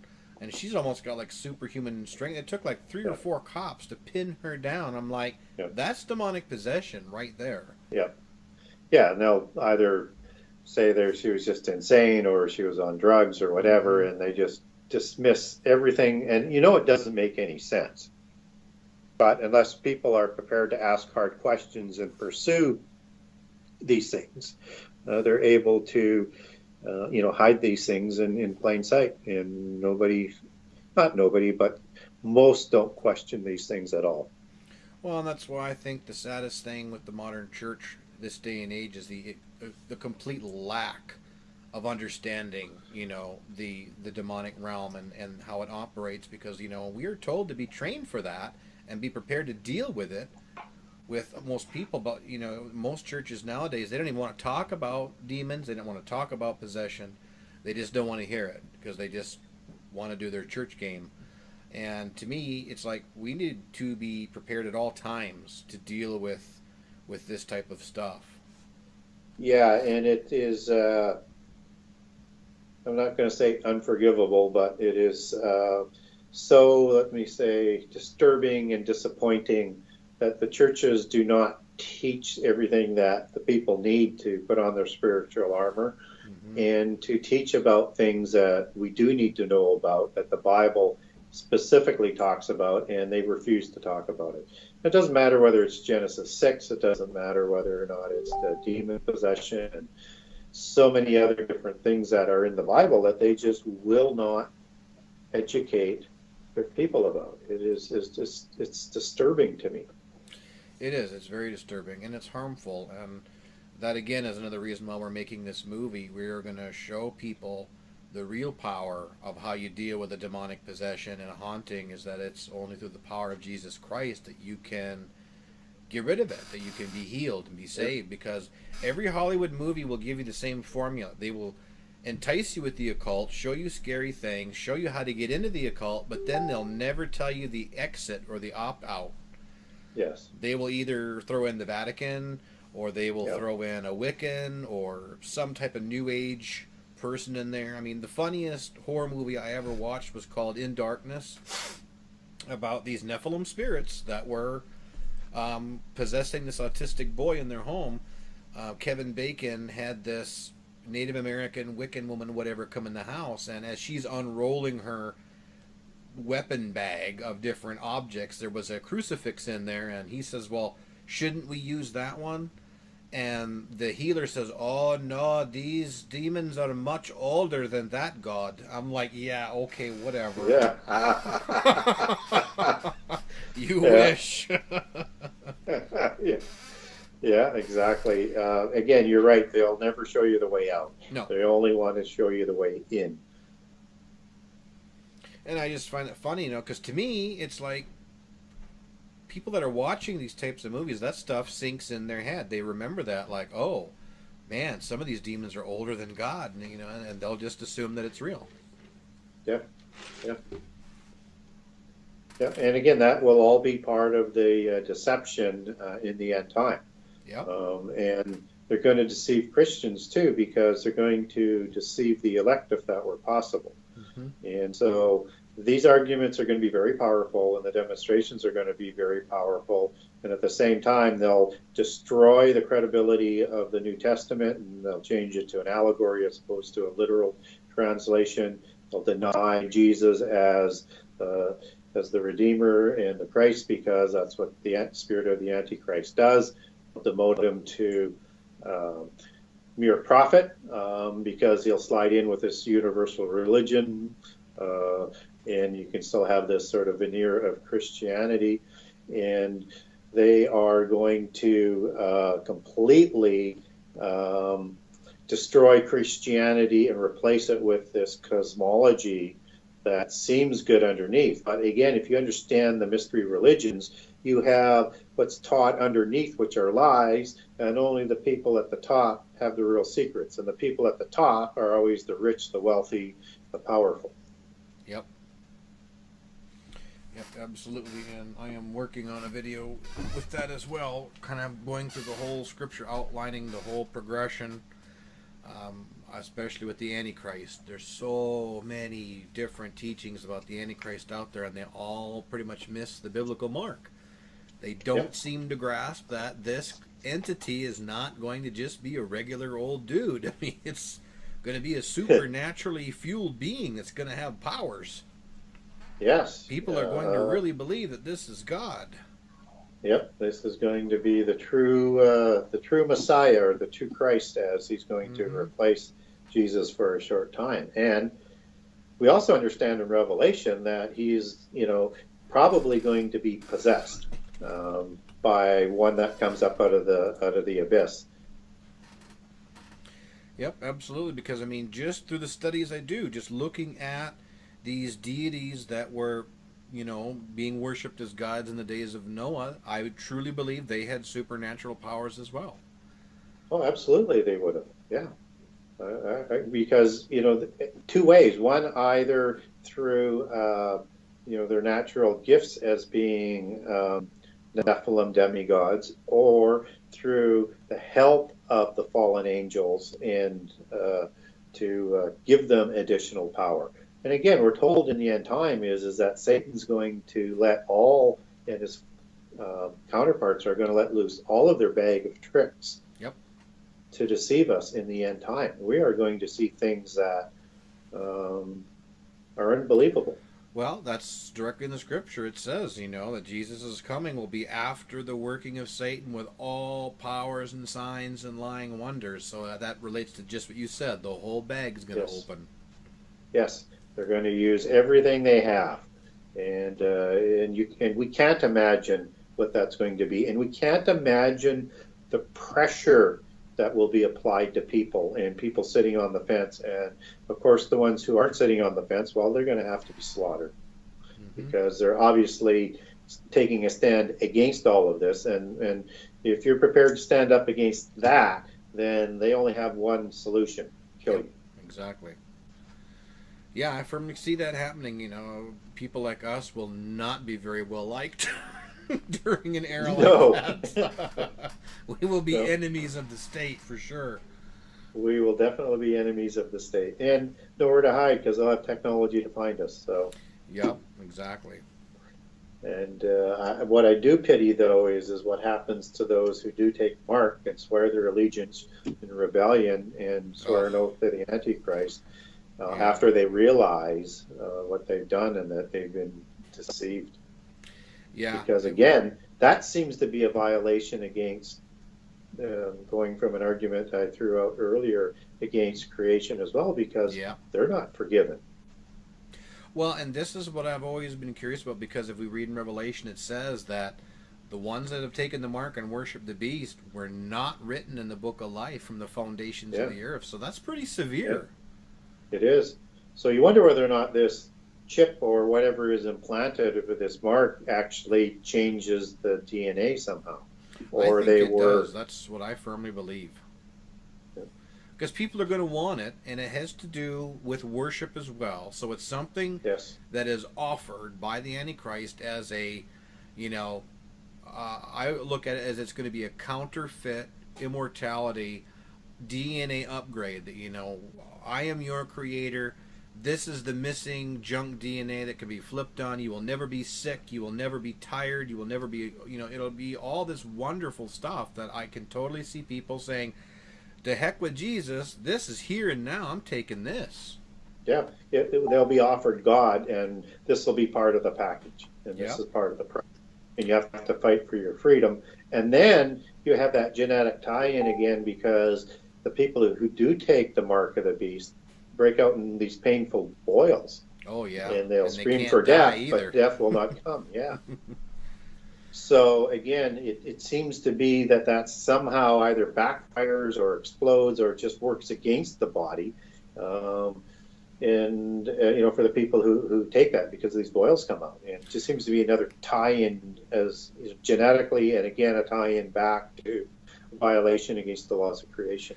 I mean, I can give an example to extreme pain. You know, just a few weeks back, I had to go to the ER because I had a gout attack that was in my knee, and my knee swelled up to about the size of a softball because I didn't go in and get it taken care of. And I have never felt pain on that high of a level to where any, you know, minute movement, I couldn't bend my knee. It was locked in place. I couldn't put my pants on. I couldn't put shoes on.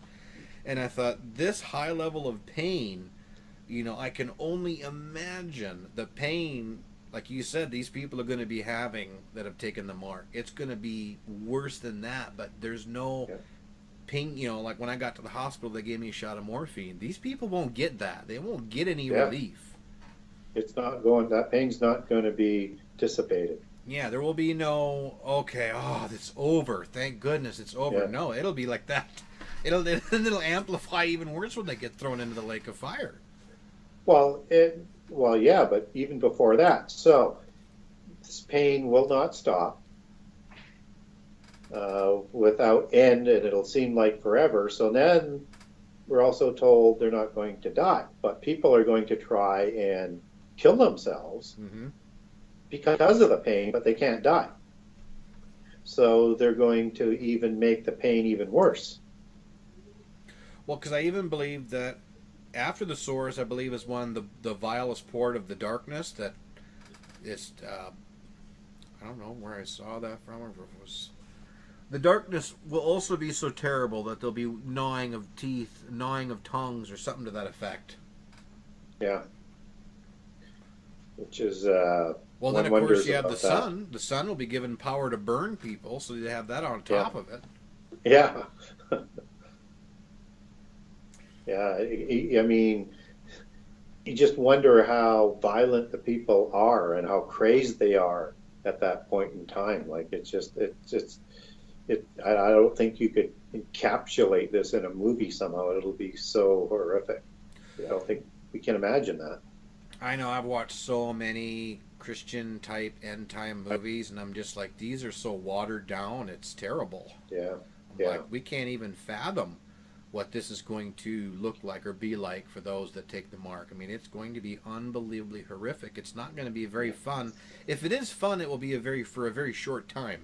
Yeah, exactly. And yet, people will fall all over themselves to take it. Oh, absolutely. That's how big the deception will be. I mean, I don't know if you've heard of this weird series on Netflix now called Black Mirror. No, I haven't seen it. It's a very interesting show. It's kind of like a modern-day Twilight Zone, showing the dangers of where technology's going. Boy, there's some stuff in there that's awfully close to understanding the upcoming mark and the punishments. It's almost like the devil's putting this stuff out there as like, here's some entertainment. By the way, there's a little bit of truth to this. Yeah. I mean, the worst episode I watched was where this woman, you see her on an operating table, she's put under, she wakes up in this white room with a control desk, doesn't realize where she is or what's going on.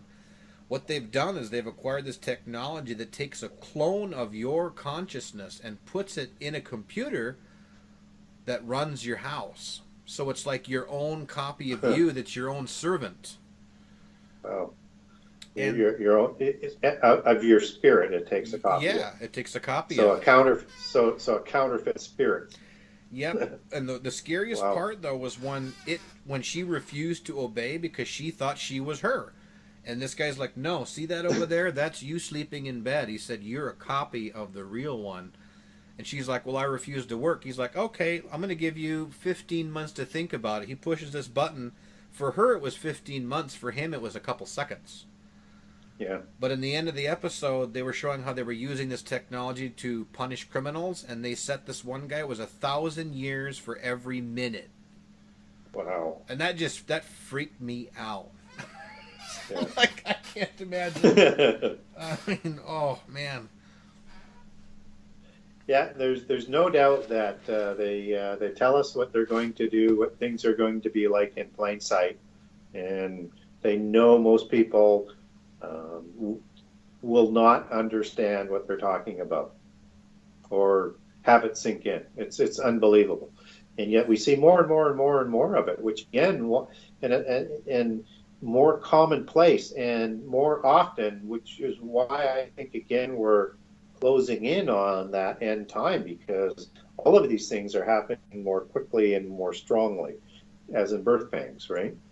Yeah, because like I firmly believe, we have the internet now. I firmly believe they had a similar type of internet in the days of Noah. I believe they had a worldwide connection through the obelisks, because this one scientist, I forget his name, he said, "I'm going to stop you all right now and tell you something about an obelisk." He said, "It's not a penis." He said, "It has nothing to do with that." He said, "That's a more modern interpretation of what it is." He said, "The original obelisk had everything to do with emitting frequencies like an antenna." Yeah, like, similar to what Tesla had built. Yes, exactly. Yes. So now we don't have obelisks, we have radio towers. Yeah. And the phallus is just misdirection and misinformation, right? To keep people satisfied with some sort of superficial answer that doesn't make any sense whatsoever. Yeah, absolutely. Because I see that a lot now. I see people like, "Oh yeah, that's just a symbol of the phallus." I'm like, no, that's not originally what it was. I mean, they don't realize there was a worldwide grid system. The ley lines, that's all realistic stuff. That was all known and utilized by, the fallen angels and all. They knew of that stuff. They knew of the secrets of earth. They knew of the secrets of heaven. That's why none of that can be replicated to this day. Exactly, until the end time. Yep. And this history is known and kept by polytheist forces. Mm-hmm.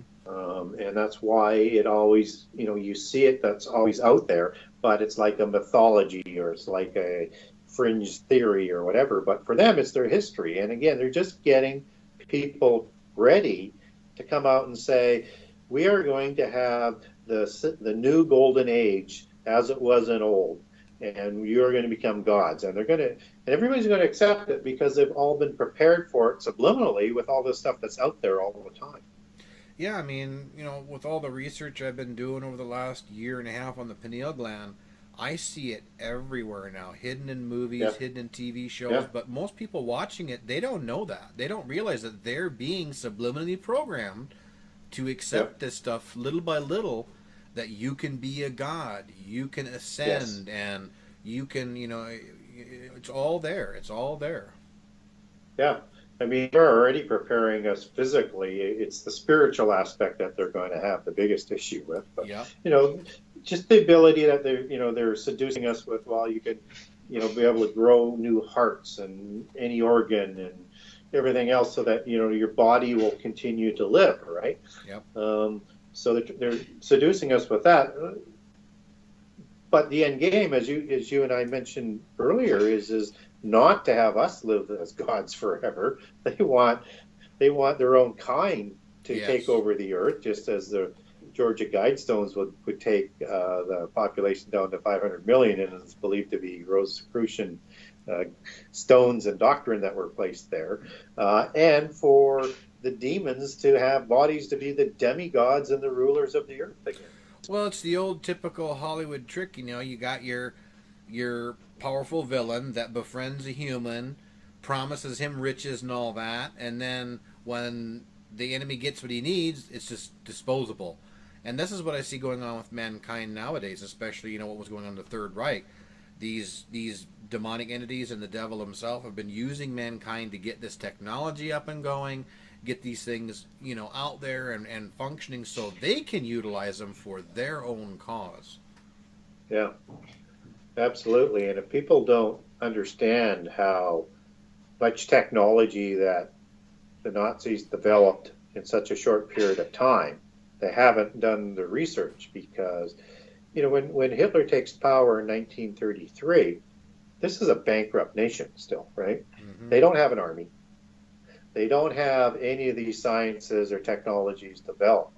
But by the end of 1939, or before 1935, they have things like these tanks, the Panzer tanks, which are still utilized in design today, where, they're the low profile, the thick armor, the powerful guns. And then all of a sudden they've got these other things coming on down the road that they had no business developing, like rockets, jet engines. Rockets and jet engines, and the stealth one-winged airplane, and this bell-shaped thing that people think was a weapon or interdimensional travel, and so many other things. In fact, this technology was so powerful that Operation Paperclip scoops up 1,200 to 1,500 scientists and people working with it to take back to the United States, that the whole sort of military from airplanes and jet engines and rockets and the space program is built on. And they did all of this within 10 years. Yeah, exactly. It's just not possible. So where did they get the information from? They invented the audio tape. Yeah. A lot of the technology that we even still utilize today came from Nazi Germany, and a lot of people don't realize that. Yeah. The whole space program became because of Nazi scientists. Yeah. Makes you wonder that if they had another 2 or 3 years, how history would have changed because of the technology that they were able to develop. And with those tanks, the only thing that stopped that from winning the war for them was they couldn't produce enough of them fast enough. Yep. Well, they had already had fission devices being created. They were on the verge of already, having the A-bomb before America did. And if we take them at their word, and if you understand that they were an occult organization in religion, and secret societies formed them, and they were all initiated, and that if you take them at their word, they talked to these ascended masters, these ascended masters. And that's where they said they got the technology and information from. There was a very old book I had about Adolf Hitler that spoke of that. They said that Hitler was known to have fits of total fear in his bedroom because of an entity that would be in there with him that he was scared to death of. Yeah. Yeah. And when it came to the end of the war, Winston Churchill ruled that none of this occult stuff was going to be part of the trials, because they didn't want to let the Nazis off on pleading insanity, because these things were just so wild. And that's why only in the last 10 to 20 years have we learned about how occult the Nazis actually were. Mm-hmm. Yeah, I didn't even really know a lot about it until History Channel started playing that stuff. And then all of a sudden they just quit. Like, they did it for a little while and then they quit with it. Yeah. Yeah. Yeah, they don't want to get too far out in front of them. They don't. But it's out there enough so that people, if they had a curiosity, they would dig into it. Mm-hmm.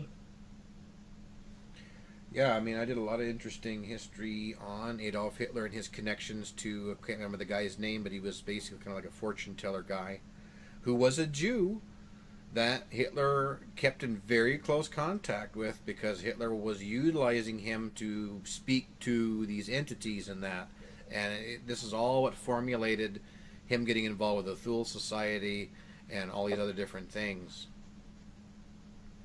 No, I had not uncovered that, but again, none of that surprises with me, because everything they did was wrapped around their belief system, from the swastika that comes out of Eastern mysticism and back through ancient history, to the SS that's based on the Teutonic Order, which again goes back in their Volkish ideology back to Thule, as well as ancient order of Night Kings and things like that. And they also overlaid the Grail ideology all throughout their belief system in the SS. I mean, it is just immersed with black magic and alchemy and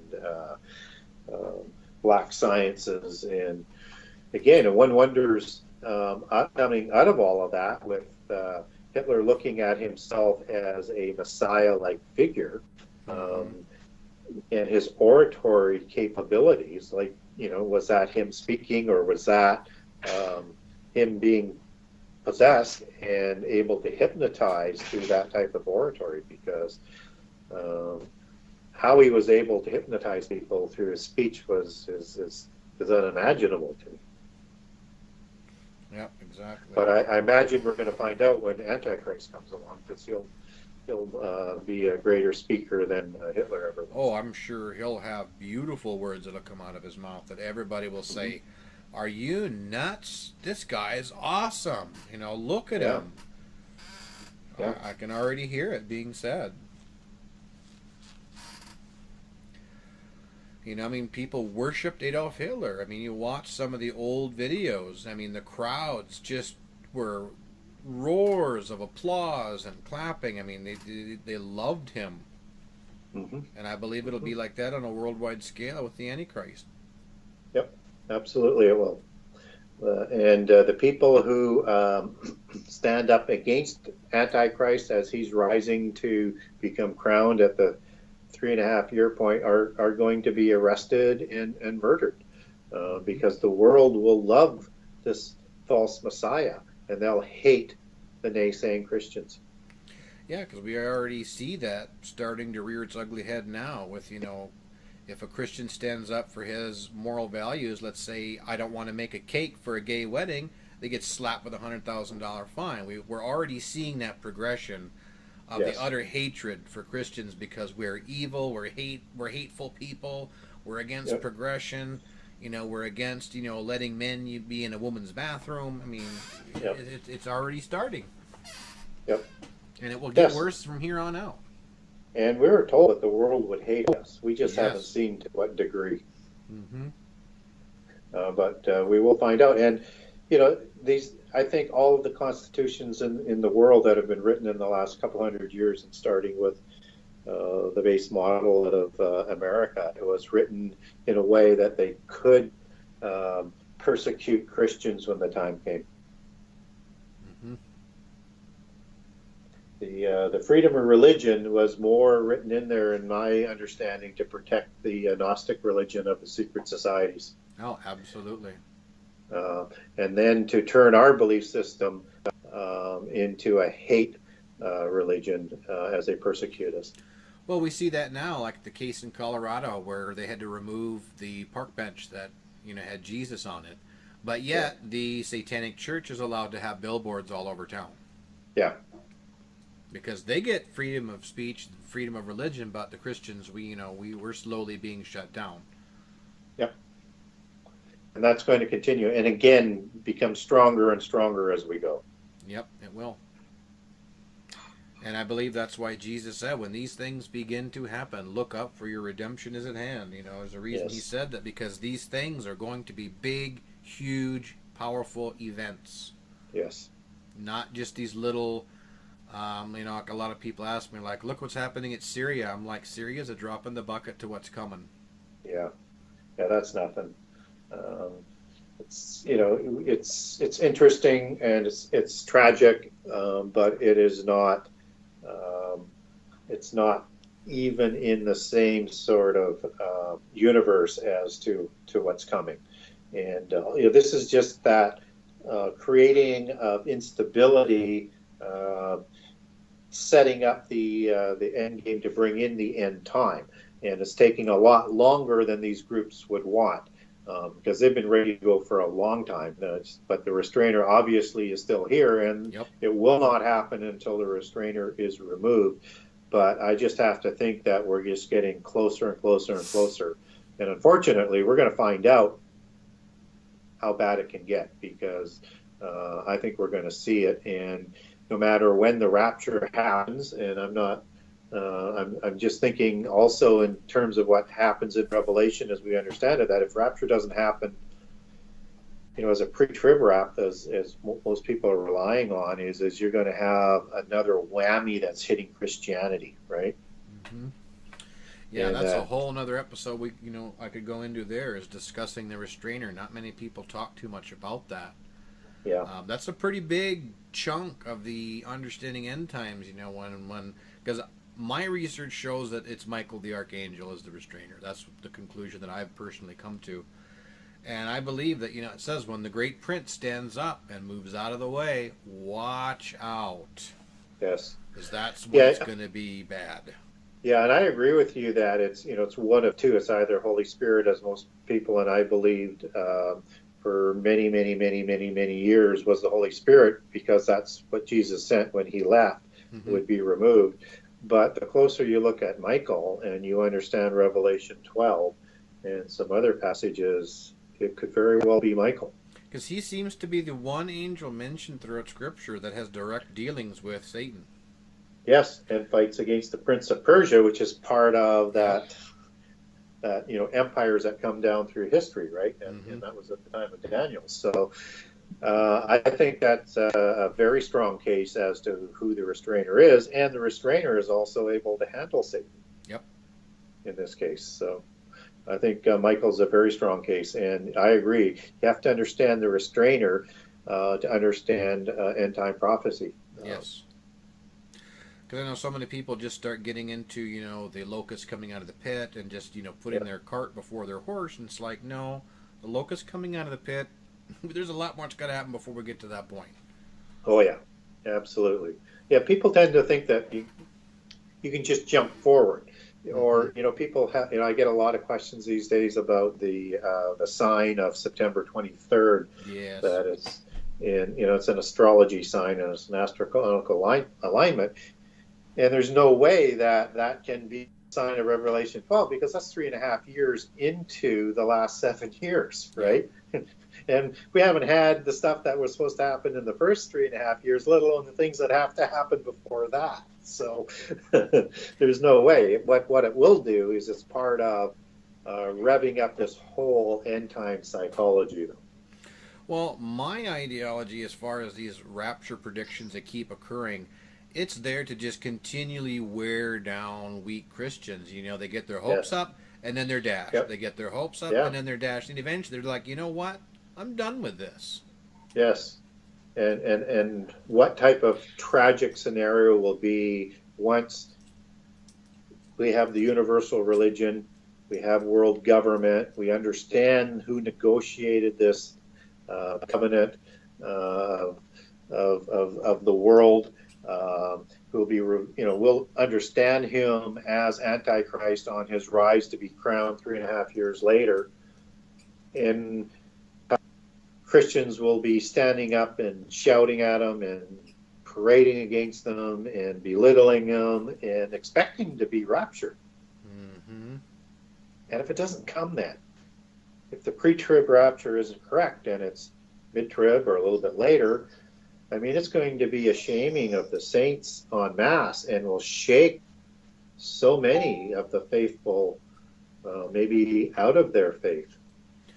Yeah, and that's why, I try to handle it with kid gloves when I do, speak to people that believe in pre-trib. I just try to tell them, well, that's fine, but just be prepared in case it doesn't. Get yourself spiritually ready if it doesn't occur, because, don't give up.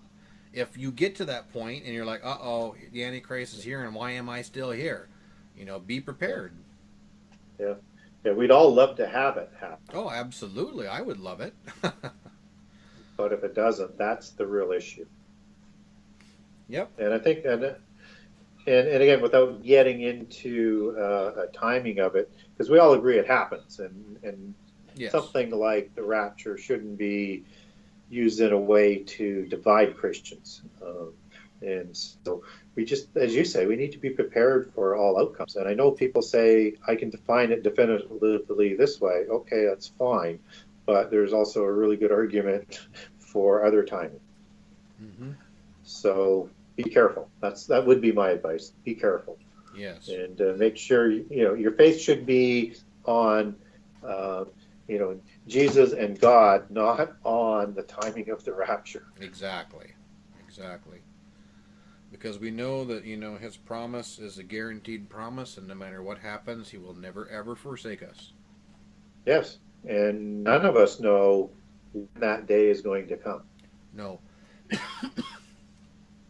But we know the signs, so, and we have the prophecies, so. Yep. We can be in the zone, but we just need to be careful. Well, we're going out after 2 hours, so the time went by really fast. It did. It was a great show. I thought it was a good show. And did we answer all of the questions coming out of the chat room? Yep, we did. We got all that were asked. Excellent. So we will have to do this again here sometime. We will. I want to thank you for inviting me back. It's very much appreciated, and hope to be back again.